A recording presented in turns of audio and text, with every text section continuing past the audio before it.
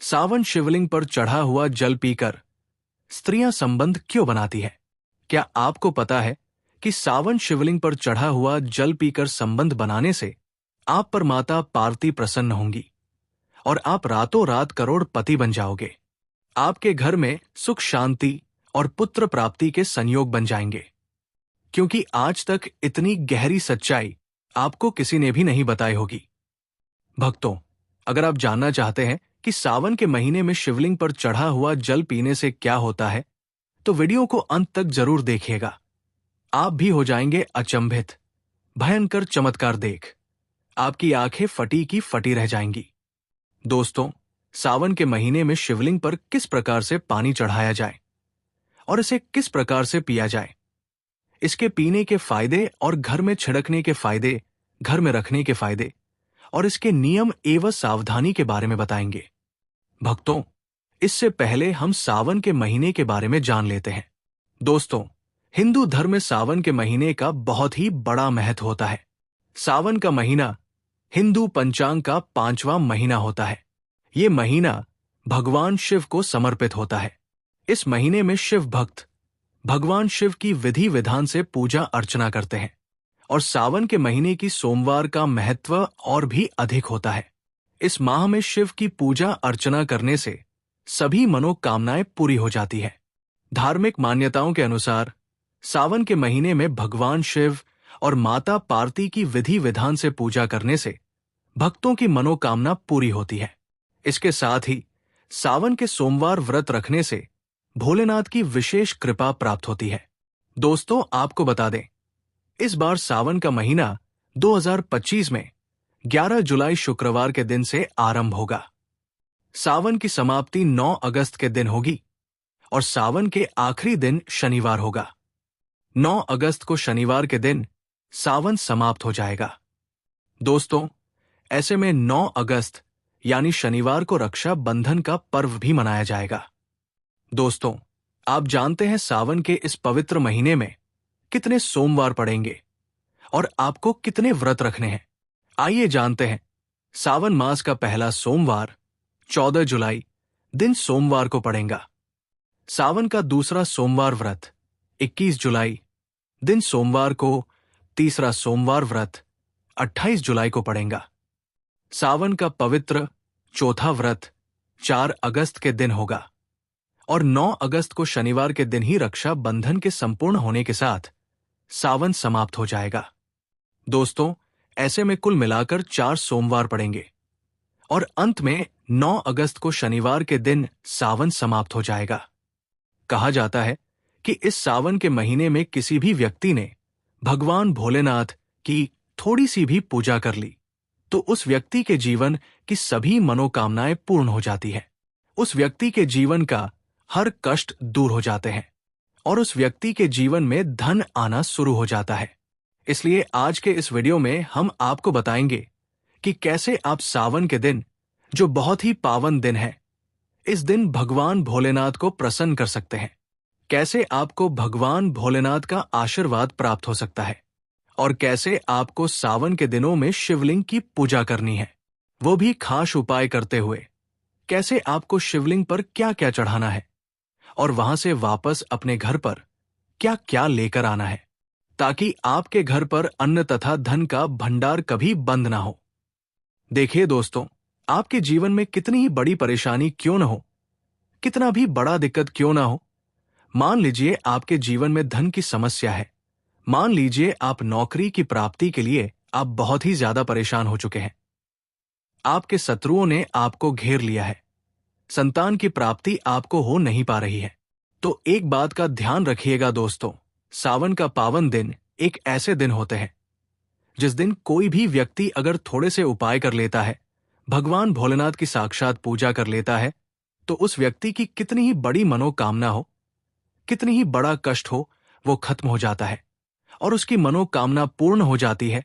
तो भक्तों, सिद्धेश्वर संहिता के 12वें अध्याय के श्लोक में बताया है कि जो जल शिवलिंग पर चढ़ाया जाता है उससे 3 बार थोड़ा थोड़ा करके पीना चाहिए और उसमें स्पष्ट लिखा है कि इससे शरीर में उपस्थित कायिक वाचिक और मानसिक इन तीनों प्रकार के रोगों से मुक्ति मिलती है।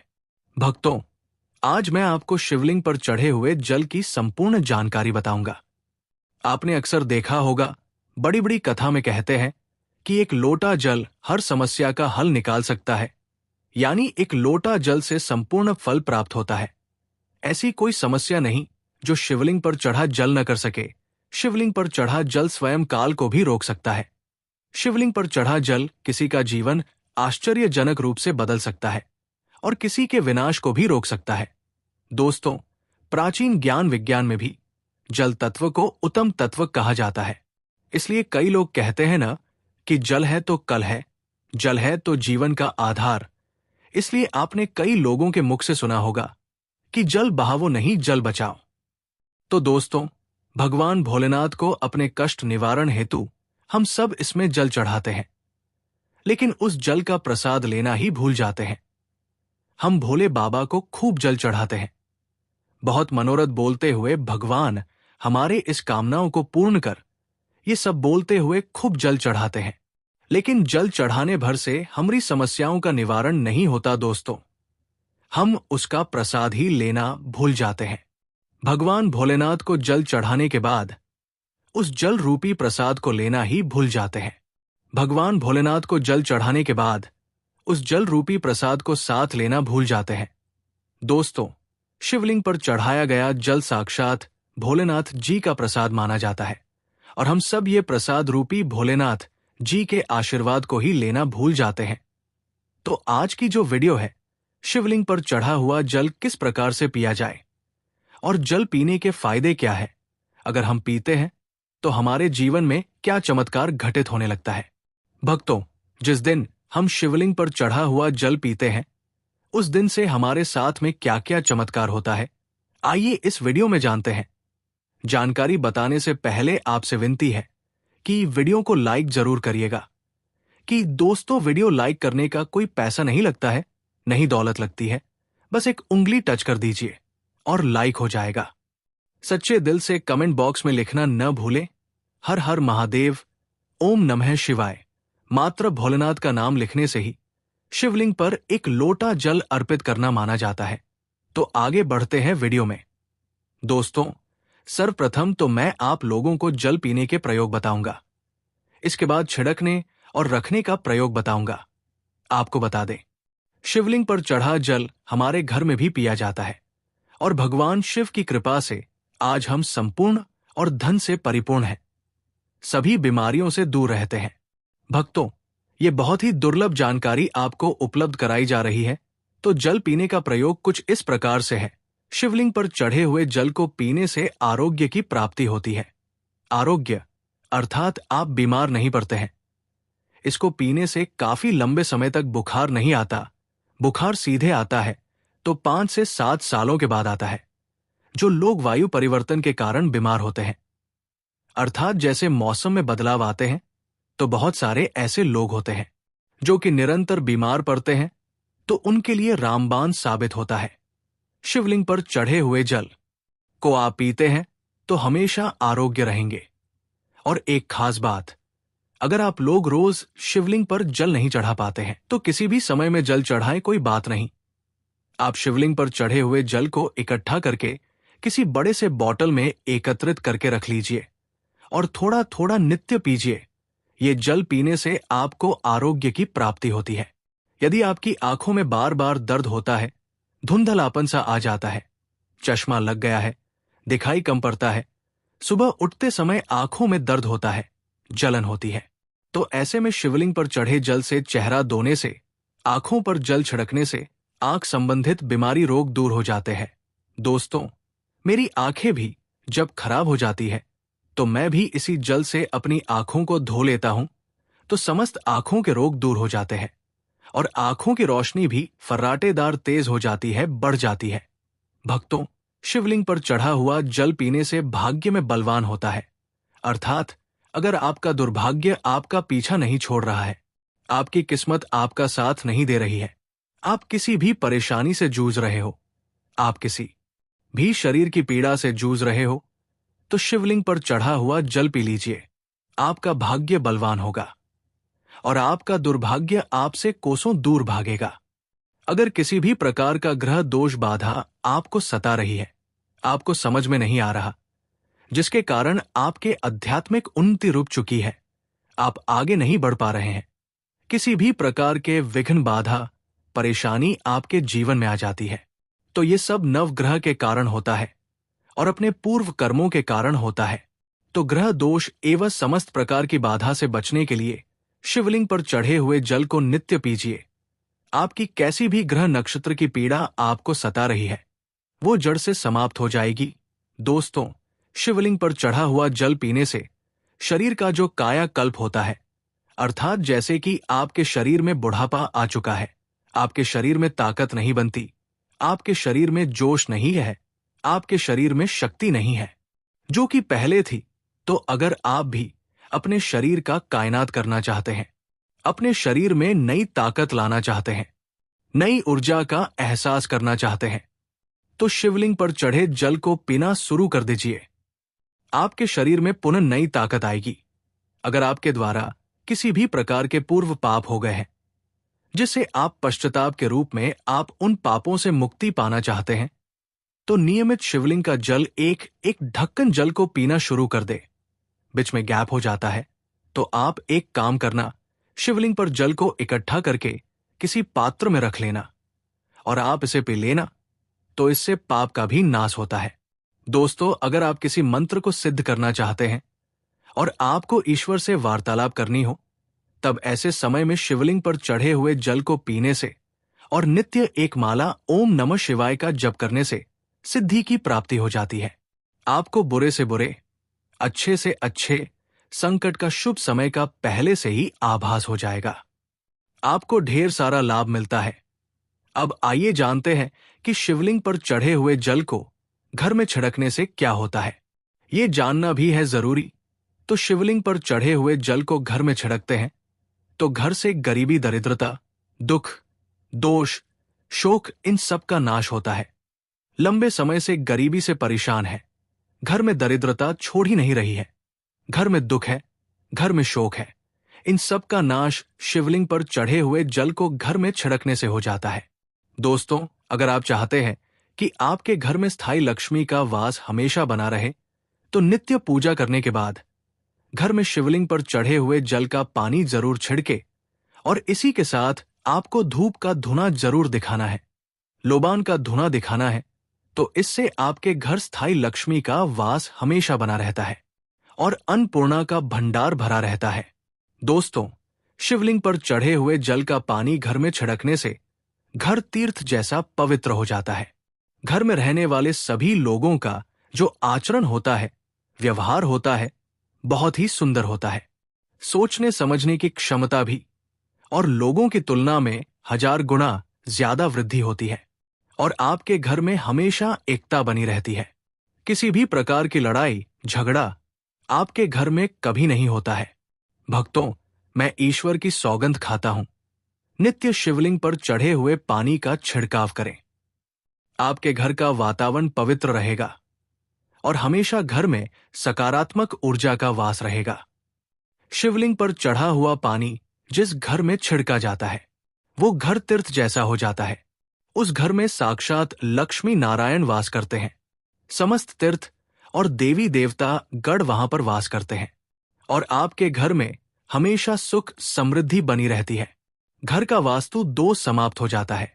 शिवलिंग पर चढ़े हुए जल को छिड़कने से यदि अगर आपको लगता है कि आपके घर में धन नहीं रुकता है या फिर आपके घर में विभिन्न प्रकार के भयंकर दोष, पितृदोष, नजर दोष, शनि दोष, काल सर्प दोष, मंगल दोष होना शुरू हो चुके हैं, जैसे अचानक से घर में आग लग जाना, कई प्रकार की ऐसी जो क्रियाएं हैं जो घर में वास्तु दोष लगने के कारण होती है, घर में किसी व्यक्ति का अचानक से बीमार हो जाना आदि कहीं ग्रह दोष के कारण होता है, तो घर में जितना जल्दी हो सके, चाहे कुछ भी हो जाए, तब आप बिना देरी करें शिवलिंग पर चढ़े हुए जल को छिड़कना शुरू कर दीजिए।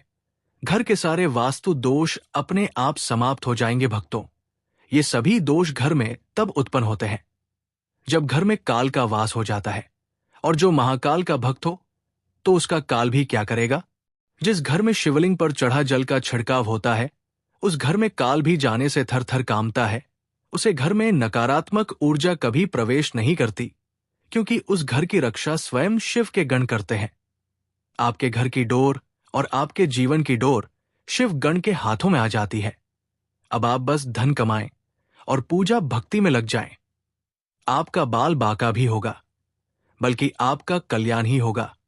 भक्तों, यदि घर पर अगर किसी की गंदी दृष्टि लग गई है, गंदी नजर लग गई है, बद्दुआ लग गई है, काला जादू लग गया है, तो आप अभी से अपने घर को बचाना चाहते हैं, तो शिवलिंग पर चढ़े हुए जल का छिड़काव आप अपने घर में जरूर करें। और आप एक छोटी सी बोतल में या छोटी सी सिसी में शिवलिंग पर चढ़े हुए को इकट्ठा कर लीजिए और घर के मुख्य द्वार पर लाल कपड़े के माध्यम से बांधकर टांग दीजिए। तो आपके घर में किसी भी व्यक्ति को किसी की हाय बदुआ और बुरी नजर नहीं लगेगी। अब आइए इस वीडियो में जानते हैं कि शिवलिंग पर चढ़े हुए जल को घर में रखने से क्या क्या फायदा मिलता है। भक्तों, देखिए, इसे उत्तर और पूर्व दिशा में रखने से या घर के द्वार पर रखने से सदा आपके घर सुख शांति का वास बना रहता है। पूजा में रखने से या एक बूंद रोज नित्य पीने से आपकी आध्यात्मिक उन्नति होगी। शिवलिंग पर चढ़ा पानी जमीन के अंदर रखने से, दोस्तों ध्यान से सुनिएगा, शिवलिंग पर चढ़ा पानी जमीन के अंदर बेल पत्र के साथ दबाकर के एक तांबे के लोटे में इसे 1 फुट अर्थात 1 हाथ के आसपास नीचे दबा करके रखते हैं, तो आपके घर में कभी अकाल मृत्यु नहीं होगी। यदि कोई रोगी है तो उसे शिवलिंग के जल को नहाने वाले पानी में मिलाकर नहाने से, यानी कि दोस्तों उसमें 2 बूंद डाल करके स्नान कराने से उनको लाभ मिलेगा। कोढ़ भी धीरे धीरे खत्म हो जाएगा। अगर आपकी स्किन से खाल खराब है तो वो भी ठीक हो जाएगी। उनके रोग जल्दी ठीक हो जाएंगे, वो स्वस्थ हो जाएंगे। दोस्तों, आइए इस वीडियो में जानते हैं कि शिवलिंग पर चढ़ा हुआ पानी कैसे इकट्ठा करें। तो शिवलिंग पर पानी डालते समय जलहरी, जिसे हम शिवलिंग का निचला भाग बोलते हैं, जिसे हम योनि भाग भी बोल सकते हैं, तो इसके नीचे जहां पर शिवलिंग के ऊपर में आप जल चढ़ाते हैं, तो उसके नीचे में एक पात्र रख दीजिए। तांबे का पात्र रखना है और इसमें आपको शिवलिंग पर चढ़े हुए जल को इकट्ठा करना है, एकत्रित करना है और इसे शिवलिंग पर माथा टेकने के बाद ही, भोलेनाथ का स्मरण करने के बाद ही प्रसाद समझ करके इकट्ठा करके रखना है। तो ये होता है जल इकट्ठा करने का नियम। अब आइए कुछ नियम के बारे में जानते हैं। तो इस पानी पर किसी का छाया मत आने देना। इसे हमेशा पूजा कक्ष में ही रखना, नहीं तो इसकी दिव्यता समाप्त होने लगती है और इसे अपवित्र अवस्था में, जैसे कि माता बहनों को मासिक धर्म होता है, तो आप अपवित्र अवस्था में महिलाएं इसे न छुए, बल्कि आप इसे किसी से मांग सकते हैं। दोस्तों, कुछ सावधानी भी है जरूरी। यदि आप मांस मछली खाते हैं तो इसे नहीं पीना है। नहा धोकर कुल्ला आदि करके भगवान शिव से क्षमा आदि मांग करके आप इसे पी सकते हैं। दोस्तों, भगवान शिव को औघोरी तथा भोलेनाथ भी कहा जाता है, लेकिन शिव जितने भुले और आसानी से प्रसन्न होने वाले हैं, उनका गुस्सा भी उतना ही प्रलयकारी है। कहते हैं कि जिस दिन शिव ने अपनी तीसरी आंख खोल दी, उसी दिन दुनिया का अंत निश्चित है। दोस्तों, पौराणिक मान्यता के अनुसार जो व्यक्ति वर्ष भर कोई व्रत उपवास नहीं रखता है और वो मात्र महाशिवरात्रि का व्रत रखता है, तो उसे पूरे वर्ष के व्रतों का पुण्य प्राप्त हो जाता है। सावन पर 4 प्रहर की पूजा अत्यंत फलदायी होती है। शिवरात्रि पर 4 प्रहर की पूजा से सभी प्रकार की कामनाएं पूर्ण होती हैं। अगर दोस्तों किसी को संतान प्राप्ति की मनोकामना हो तो आप ये उपाय अवश्य करें। 8% आपको संतान की प्राप्ति होगी। सावन के दिन आटे से 11 शिवलिंग बनाएं और 11 बार इनका जल अभिषेक करें। इस उपाय से संतान प्राप्ति के योग बनते हैं। अगर दोस्तों आपकी कोई मनोकामना हो तो सावन पर 21 बेल पत्रों पर चंदन से ओम नमः शिवाय लिखकर शिवलिंग पर चढ़ाएं। इससे इच्छाएं पूरी हो सकती है। अगर विवाह में अड़चन आ रही है तो सावन के दिन शिवलिंग पर केसर मिलाकर दूध चढ़ाएं। जल्दी ही विवाह हो सकता है। सावन सोमवार के दिन दिखते हैं ये 7 संकेत, तो समझ जाइए महादेव आप पर प्रसन्न है। आज की इस प्रस्तुति में हम उन्हीं संकेतों के विषय में जानने वाले हैं। दोस्तों, एक समय की बात है, भगवान शिव और माता पार्वती कैलाश पर्वत पर बैठकर चर्चा कर रहे होते हैं। तब देवी पार्वती महादेव से कहती है, हे स्वामी, सावन का महीना आपको अत्यंत प्रिय है। जो भी भक्त इस महीने में व्रत करते हैं, आप उन पर सदैव कृपा दृष्टि बनाए रखते हैं। किंतु हे प्रभु, इस विषय में मेरे मन में एक शंका उत्पन्न हो रही है, जिसका उत्तर मैं आपसे जानना चाहती हूं। भगवान भोलेनाथ कहते हैं, हे पार्वती, आपके मन में जो भी शंका हो, आप निसंकोच होकर पूछ लो। तुम्हारी हर शंका का समाधान करना मेरा कर्तव्य है। देवी पार्वती कहती है, हे प्रभु, जब आप अपने भक्तों पर प्रसन्न होते हैं तो उन्हें किस प्रकार के संकेत देते हैं? आप स्वयं उन्हें दर्शन देने नहीं जाते हैं, तो फिर भक्तों को कैसे पता चलेगा कि आप उन पर प्रसन्न हैं? ऐसे कौन से दिव्य संकेत हैं जिनसे आपके भक्त समझ सकें कि आपने उनकी पूजा को स्वीकार किया है और आप उन पर प्रसन्न हैं? भगवान शिव कहते हैं, हे सुरेश्वरी, आज तुमने उत्तम प्रश्न किया है। यह सत्य है कि जब भी मैं किसी भक्त पर प्रसन्न होता हूं तो उसे मेरे द्वारा दिव्य संकेत प्राप्त होते हैं। जब भी मेरा कोई भक्त सच्चे मन से मेरी पूजा करता है तो उस पर प्रसन्न होकर मैं उसे दिव्य संकेतों के द्वारा यह समझाने का प्रयास करता हूं कि मैं उसकी भक्ति से प्रसन्न हूं। हे देवी, उन दिव्य संकेतों के बताने से पूर्व मैं तुम्हें एक प्राचीन इतिहास सुनाता हूं। ये कथा पूर्वकाल में एक ब्राह्मण ब्रह्मदत्त की है, जो मेरा परम भक्त था। उसकी भक्ति से मैं अत्यंत प्रसन्न था और मैंने उसे कई संकेत दिए थे, परंतु वो उन्हें समझ नहीं पाया।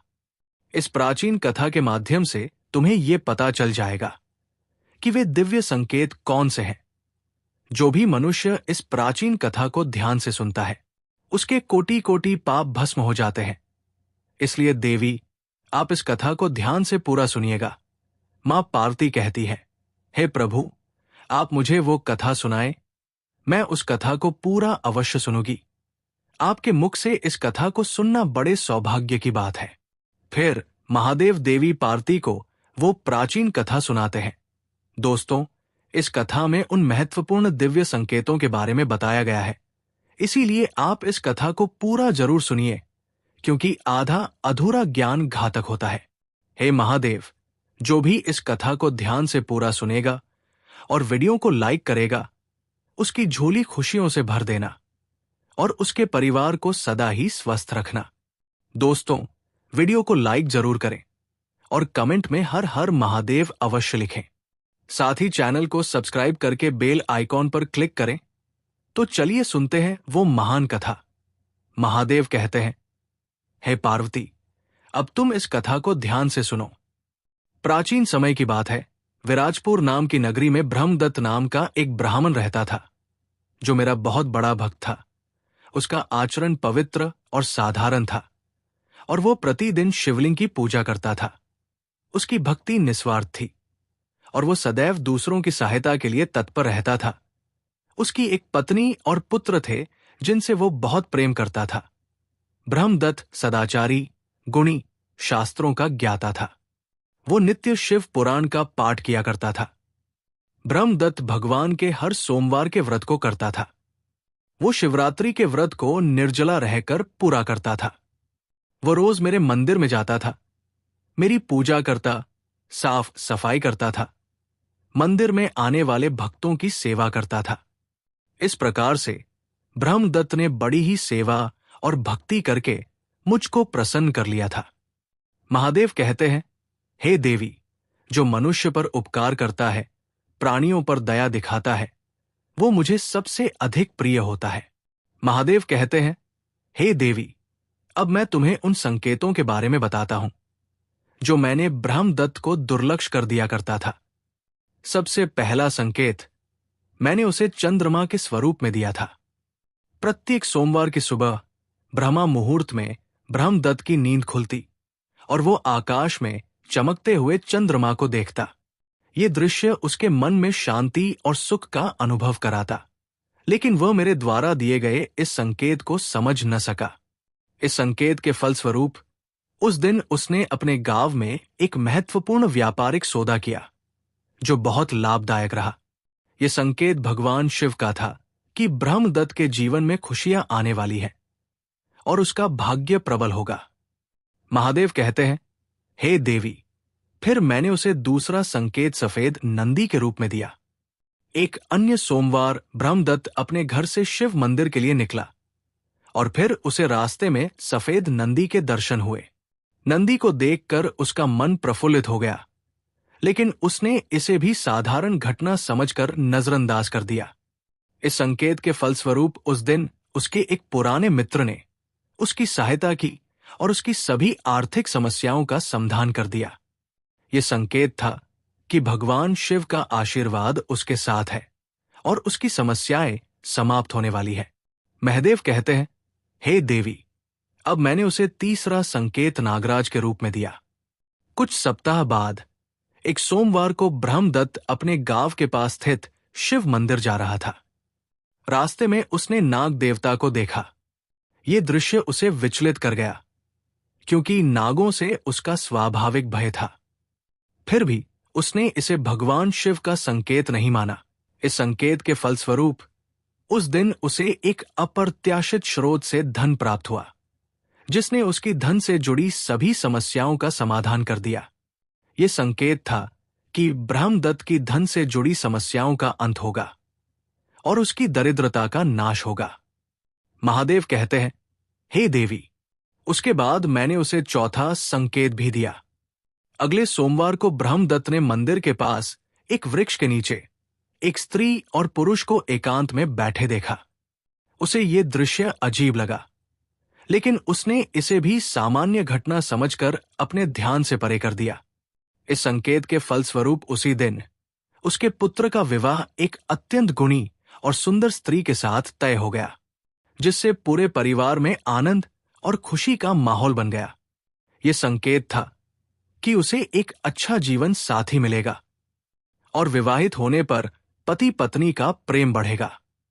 महादेव कहते हैं, हे देवी, अब मैंने उसे पांचवा संकेत एक काले रंग के श्वान के रूप में दिया। एक दिन सोमवार को जब वो अपने घर लौट रहा था, तो उसने अपने द्वार पर एक काले कुत्ते को बैठे पाया। कुत्ता उसे देखकर दुम हिलाने लगा, परंतु ब्रह्मदत्त ने इसे शुभ संकेत नहीं समझा। किंतु इस संकेत के फलस्वरूप उसी दिन उसके परिवार पर आने वाला एक बड़ा संकट टल गया, जब ब्रह्मदत्त की एक बीमारी का उपचार समय पर मिल गया। यह संकेत था कि उसके जीवन पर आने वाला कोई बड़ा संकट टल चुका है। महादेव कहते हैं, हे देवी, उसके बाद मैंने उसे छठा संकेत दिया। इसके बाद एक अन्य सोमवार को ब्रह्मदत्त ने एक गली में चलते हुए एक मिट्टी के घड़े को देखा, जिसमें दूध भरा हुआ था। उसने सोचा कि यह किसी व्यक्ति का गिरा हुआ घड़ा होगा और इसे नजरअंदाज कर दिया। इस संकेत के फलस्वरूप उसी दिन उसके व्यापार में अचानक वृद्धि हुई और उसे कई नए अवसर प्राप्त हुए। यह संकेत था कि उसका बुरा समय समाप्त होने वाला है और अच्छा वक्त आने वाला है। महादेव कहते हैं, हे देवी, उसके बाद मैंने उस ब्रह्मदत्त को भस्म लगाई हुई व्यक्ति के रूप में दर्शन देकर सातवां संकेत दिया। एक सोमवार को ब्रह्मदत्त ने एक व्यक्ति को देखा, जिसने अपने शरीर पर भस्म लगाई हुई थी। उसे देखकर ब्रह्मदत्त के मन में विचित्रता उत्पन्न हुई, लेकिन उसने इस दृश्य को भी नजरअंदाज कर दिया। इस संकेत के फलस्वरूप उस दिन उसकी स्वास्थ्य समस्याओं का अंत हो गया और उसे एक लंबे समय से चल रही बीमारी से मुक्ति मिल गई। यह संकेत था कि उसे उत्तम स्वास्थ्य की प्राप्ति होगी और उसके सभी रोगों का नाश होगा। महादेव कहते हैं, हे देवी, इतने संकेत देने के बावजूद भी वो ब्रह्मदत्त समझ नहीं पाया, तो मैंने उसे स्वप्न के माध्यम से आठवां संकेत दिया। एक रात ब्रह्मदत्त ने स्वप्न में त्रिशूल देखा, जो भगवान शिव का मुख्य अस्त्र है। यह संकेत था कि ब्रह्मदत्त के समस्त शत्रुओं का नाश हो जाएगा। इस संकेत के फलस्वरूप ब्रह्मदत्त के जो शत्रु थे, वे उनके घर पर आकर क्षमा याचना करने लगे। एक अन्य रात उसने सपने में डमरू देखा, जो भगवान शिव के संगीत का प्रतीक है। यह संकेत था कि उसके जीवन में संगीतमय संतुलन और आनंद आने वाला है। उसी सप्ताह उसके घर में एक बड़े उत्सव का आयोजन हुआ, जिससे सभी को अत्यधिक खुशी और संतोष प्राप्त हुआ। इतने संकेत मिलने के बाद भी ब्रह्मदत्त भगवान शिव की माया को समझ नहीं पाया। ब्रह्मदत्त भगवान शिव के दर्शन के लिए व्याकुल था। उसके मन में महादेव के दर्शन करने की अभिलाषा थी और वह उनके दर्शन करने के लिए कुछ भी कर सकता था। फिर एक दिन ब्रह्मदत्त अत्यंत दुखी होकर अपने प्राण त्यागने का निश्चय किया और प्राण त्यागने के लिए वो नदी की ओर जाने लगा। नदी के पास पहुंचने पर नदी के किनारे खड़े होकर वो महादेव से प्रार्थना करने लगा, हे देवादिदेव महादेव, कृपया मुझे दर्शन दीजिए। क्या आपके इस तुझ भक्त से कोई भूल हुई है? क्या मेरी भक्ति में कोई कमी रह गई है? अगर मेरी भक्ति सच्ची है तो आज आप मुझे दर्शन देंगे, अन्यथा मैं अपने प्राण त्याग दूंगा। इतना कहकर ब्रह्मदत्त नदी में कूदने ही वाला था कि महादेव उस स्थान पर प्रकट हुए। भगवान शिव ने प्रेम पूर्वक कहा, ब्रह्मदत्त, मैं तुम्हारी भक्ति से प्रसन्न हूं और मैंने तुम्हें अनेक संकेत दिए थे, परंतु तुमने उन्हें समझा नहीं। साक्षात महादेव के दर्शन करके ब्रह्मदत्त बड़ा प्रसन्न हुआ और उन्हें बारंबार नमस्कार करने लगा। उसकी आंखों से आंसू निकल रहे थे। ब्रह्मदत्त ने हाथ जोड़कर कहा, हे भगवान, मैं मूर्ख हूं, मैं अज्ञानी हूं, मैं आपके संकेतों को समझ नहीं पाया। कृपया इस तुच्छ भक्त को क्षमा कीजिए। हे प्रभु, कृपया आप मुझे उन संकेतों का महत्व समझाइए। भगवान शिव ने ब्रह्मदत्त को प्रत्येक संकेत का महत्व समझाया। हे ब्रह्मदत्त, जब तुम्हारी नींद ब्रह्मा मुहूर्त में खुली और तुमने चंद्रमा को देखा, वो संकेत था कि तुम्हारे जीवन में खुशियां आने वाली है। सफेद नंदी के दर्शन का अर्थ था कि मेरी कृपा से तुम्हारी समस्याएं समाप्त हो चुकी है। नाग देवता के दर्शन तुम्हारी धन से जुड़ी समस्याओं के अंत का संकेत थे। वृक्ष के नीचे स्त्री और पुरुष का बैठा देखना संकेत था कि तुम्हें एक अच्छा जीवन साथी मिलेगी। काले कुत्ते का द्वार पर आना तुम्हारे जीवन पर आने वाले बड़े संकट का टल जाने का संकेत था। मिट्टी का घड़ा दिखाई देना तुम्हें बताता था कि तुम्हारा बुरा समय समाप्त होने वाला है। भस्म लगाए हुए व्यक्ति का मतलब था कि तुम्हें उत्तम स्वास्थ्य की प्राप्ति होगी। त्रिशूल और डमरू का तुम्हारे स्वप्न में देखना तुम्हारे जीवन में शक्ति, संतुलन और आनंद का प्रतीक था। लेकिन तुमने मेरे इस सभी संकेतों को दुर्लक्ष्य कर दिया, इसलिए मुझे स्वयं तुम्हें दर्शन देने के लिए आना पड़ा। ब्रह्मदत्त ने यह सब सुनकर भगवान शिव के चरणों में सिर झुका दिया और कहा, हे भगवान, मैं आपकी कृपा को नहीं समझ पाया, कृपया मुझे क्षमा करें। भगवान शिव ने उसे आशीर्वाद दिया और पूछा, ब्रह्मदत्त, अब तुम मुझसे क्या चाहते हो? ब्रह्मदत्त ने विनम्रता से उत्तर दिया, हे भगवान, मुझे कुछ नहीं चाहिए, केवल मुझे आपके चरणों की सेवा करने का अवसर दें और मुझे कैलाश पर ले चले। भगवान शिव ने उसकी भक्ति और आचरण की सराहना की और कहा, तुम्हारी ये इच्छा अवश्य पूरी होगी। अब से तुम और तुम्हारा परिवार कैलाश पर निवास करेगा। देवी पार्वती ने भगवान शिव की कथा सुनकर कहा, हे स्वामी, आपकी इस कथा ने मुझे अत्यंत प्रभावित किया। अब मैं समझ गई कि आपके भक्तों पर प्रसन्न होने के संकेत कितने महत्वपूर्ण होते हैं। भगवान शिव ने मुस्कुराकर कहा, हे देवी पार्वती, ये सत्य है कि मेरे भक्तों को इन संकेतों को समझना चाहिए और अपनी भक्ति में अडिग रहना चाहिए। यही उनके जीवन में सुख और समृद्धि लाएगा।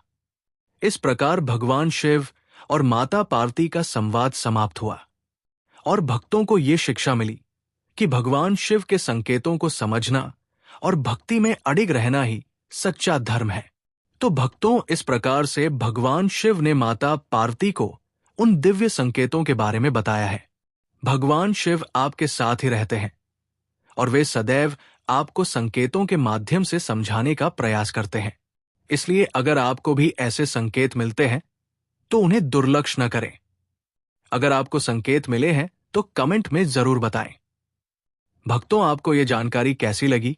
अगर आपको ये जानकारी अच्छी लगी हो तो इस वीडियो को एक लाइक करके कमेंट में जय भोलेनाथ जरूर लिखें। साथ ही हमारे चैनल सुखी संसार को सब्सक्राइब जरूर करें। धन्यवाद।